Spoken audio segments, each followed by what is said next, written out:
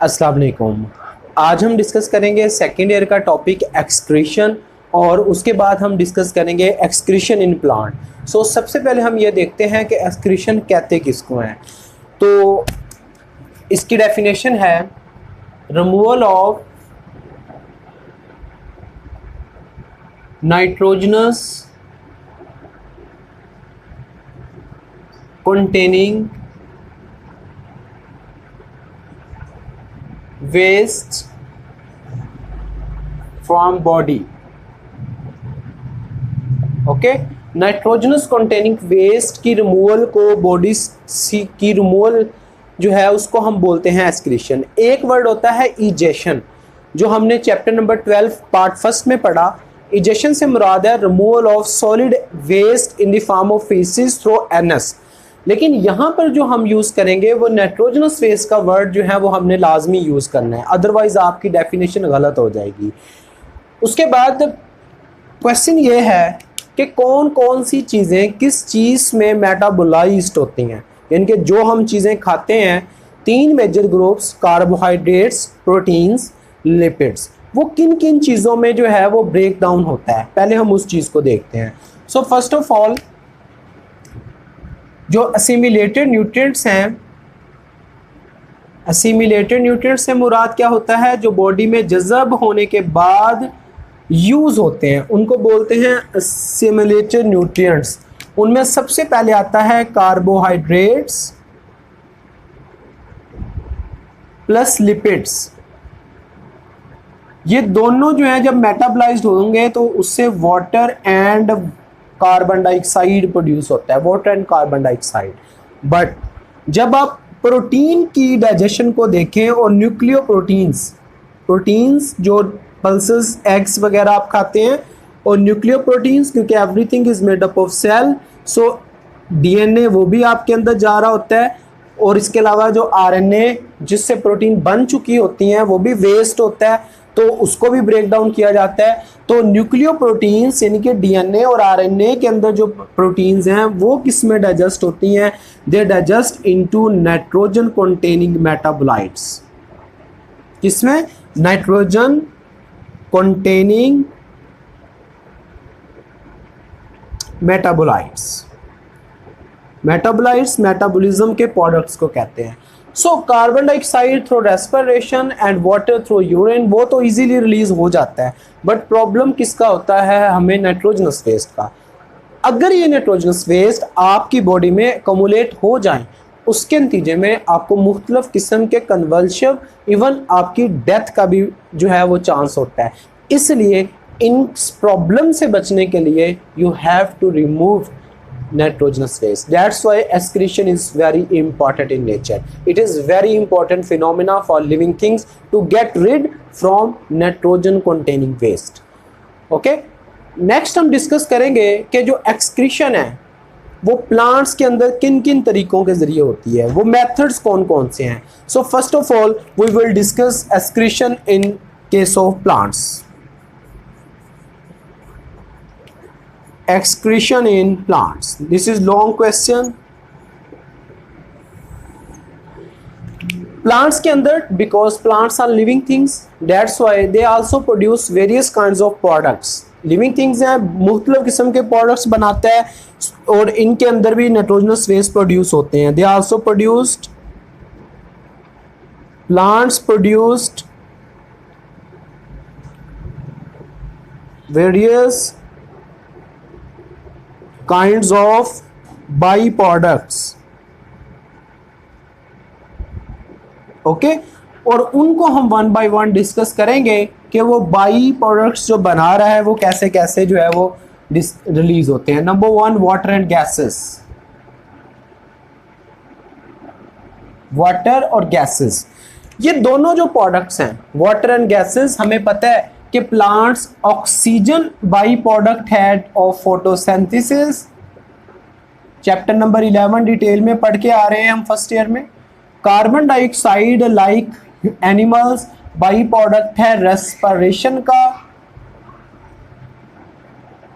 और जो वाटर होता है वो फोटोसिंथेसिस में भी प्रोड्यूस होता है, और जो है वो आपका रेस्पिरेशन में भी रिएक्शंस में प्रोड्यूस होता है। That's why water is a by product of both reaction, respiration as well as photosynthesis. Carbon dioxide और gases they easily exchange through stomata, ये रिलीज हो जाती हैं। वाटर वेपर्स भी ट्रांसपिरेशन में रिलीज हो जाता है। बट इसके अलावा, क्योंकि ये हम पढ़ चुके हैं चैप्टर नंबर 14 और 11 में पार्ट फर्स्ट में, इनका प्रॉब्लम नहीं है। इसके अलावा भी प्लांट्स में बहुत सारे ऑर्गेनिक एंड इनऑर्गेनिक कंपाउंड्स बनते हैं। तो हम पढ़ेंगे various organic and inorganic compounds also formed in plants। ठीक है, वो हम पढ़ेंगे कैसे बनते हैं और कैसे जो है वो निकलते हैं। ठीक है, वो क्या है, वो कैसे निकलते हैं, वो हम पढ़ेंगे। सो पहली चीज जो हम इसमें डिस्कस करेंगे रिमूवल है, वो है बाय लार्ज वैक्यूल। ठीक है, लार्ज वैक्यूल हम सबको पता है, हम बचपन से तकरीबन जब से पढ़ते हैं ये बात सुनते हैं, plant have large size vacuole. Let's suppose this is plant cell and in the centre plant के अंदर कौन सी चीज होती है, ये लार्ज साइज का वैक्यूल होता है। दोनों पर्पस वैक्यूल प्ले करता है।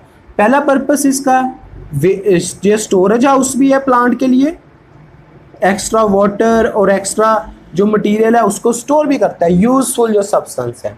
स्टोरेज हाउस भी है ऑफ यूजफुल प्रोडक्ट्स, लेकिन इसके साथ साथ आल्सो स्टोर करता है waste. Storage house of useful substance, useful material और दूसरा स्टोर हाउस है वेस्ट। दोनों की सूरतों में जो अपने अंदर क्या स्टोर कर लेता है, वेस्ट को भी। जो सेल बनाता है मेटाबोलाइट, वो डायरेक्ट, क्योंकि मेटाबॉलिज्म साइटोप्लाज्म में होता है, माइटोकॉन्ड्रिया में, तो वो माइटोकॉन्ड्रिया में होने के बाद जो मेटाबॉलिज्म लाइसोसोम में हो रहा है, कहीं माइटोकॉन्ड्रिया में रेस्पिरेशन का प्रोसेस हो रहा है, जितना भी केमिकल रिएक्शन है, उनके वेस्ट मूव कर जाते हैं by active transport into vacuoles. Okay, अब ये जो वैक्यूल्स के अंदर जब ये स्टोर होंगे, जब ज्यादा अमाउंट में कंसंट्रेशन में हो जाएंगे, they will change into crystals like substance, जो कि सेल के लिए खतरनाक साबित हो सकती हैं। When accumulate it will change into crystals, ये क्रिस्टल्स बन जाती हैं। ये क्रिस्टल्स इसको डैमेज कर सकती हैं, सेल को रप्चर कर सकती हैं, इसलिए इनका निकालना बहुत ज्यादा जरूरी होता है। बट थैंक्स वैक्यूल, जो कि प्लांट्स के क्रिस्टल्स को स्टोर कर लेता है अपने अंदर और बाकी पार्ट्स को डैमेज नहीं होने देता। Okay, this is the first way, by vacuole. Number second, by leaves. Leaves के दो फंक्शन है। जो प्राइमरी फंक्शन है लीफ का, वो है फोटोसिंथेसिस। प्राइमरी फंक्शन है लीफ का, वी ऑल नो, वो है फोटोसिंथेसिस। चैप्टर नंबर 11 में पढ़ के आ रहे हैं। बट इसका सेकेंडरी फंक्शन है एक्सक्रीशन। जो सेकेंडरी फंक्शन है वो है इसका एक्सक्रीशन में रोल है। इसका क्या मतलब है एक्सक्रीशन? इसका मतलब है कि जो भी मुख्तलिफ किस्म के केमिकल्स होंगे वो प्लांट्स के अंदर, जो लीव्स हैं वो प्रोमिनेंट ऑर्गन है जो उनको स्टोर करता है। इट मीन कि जो प्लांट्स के लीव्स हैं, लीव्स ये प्रोमिनेंट ऑर्गन है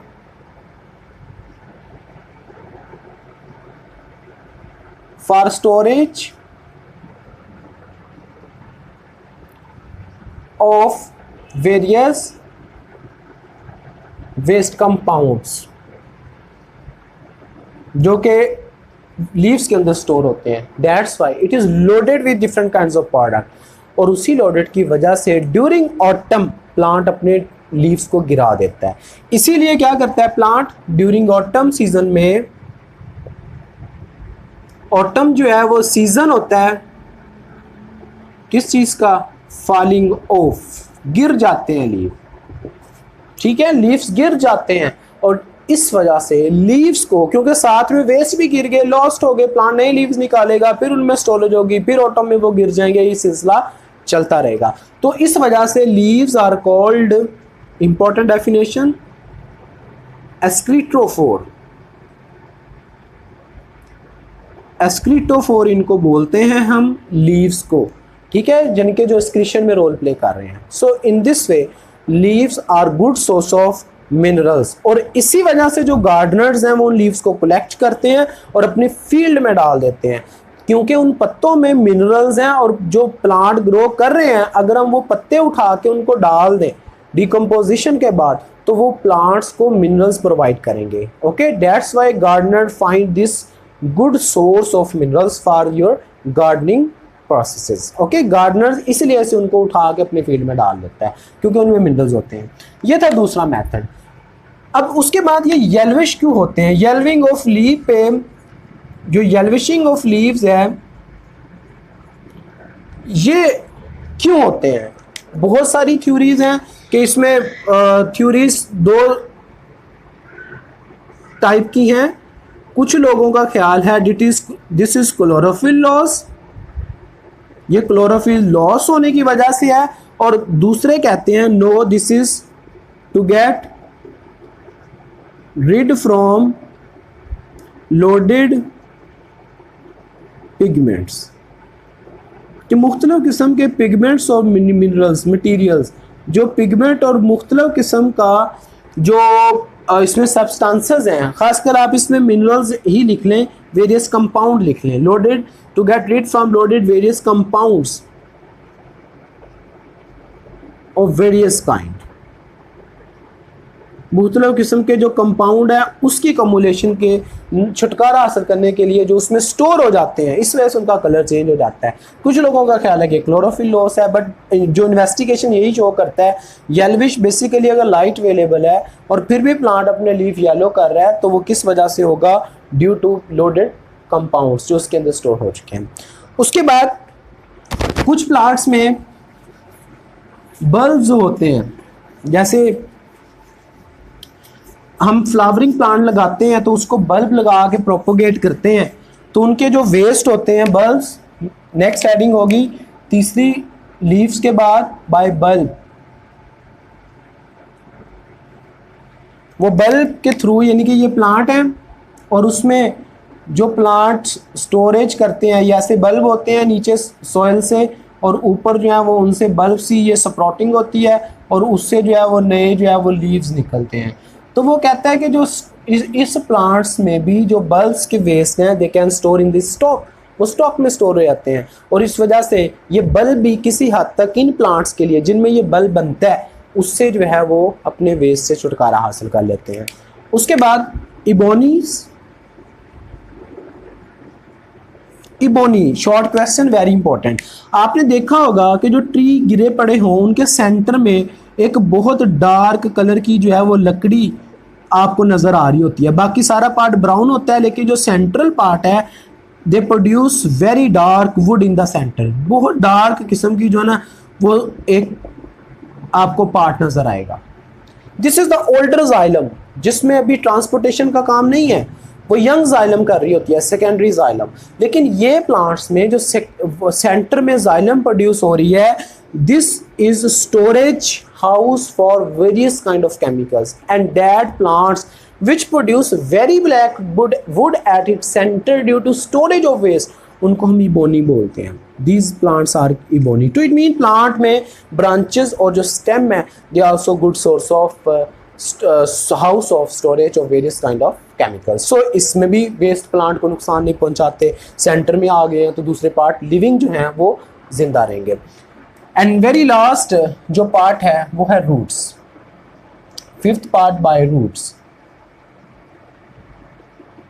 कॉनिफर्स के जो प्लांट्स हैं, कॉनिफर्स प्लांट डेफिनेटली जो कोन्स की तरह ग्रो करते हैं, बड़े साइज़ के होते हैं और उनकी जो कैनोपी काफ़ी बड़ी होती है, उनके यहाँ पर जो रूट्स हैं, रूट्स वेस्ट को प्रोड्यूस करती हैं और रूट्स वो वेस्ट को सॉइल में फेंक देती हैं, ठीक है, वो वेस्ट सॉइल में रिलीज़ हो जाते हैं।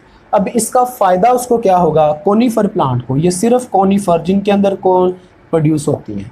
फ़ायदा ये होगा कि जो प्लांट, क्योंकि इसने केमिकल छोड़े हुए हैं, जो प्लांट भी इस जगह पे ग्रो करना चाहेगा उनकी रूट्स डेफिनेटली नीचे जाएंगी, तो इन केमिकल्स की वजह से ये रूट्स ग्रो नहीं कर पाती। सो इस वजह से इनकी रूट्स दूर तक फैल जाती हैं और उसके जो साइड पार्ट होता है उसमें इसके जो पैरासाइट प्लांट है जिसमें जो इससे फूड, इसके जोन में से फूड ले सकते हैं, वो ग्रो नहीं करेंगे।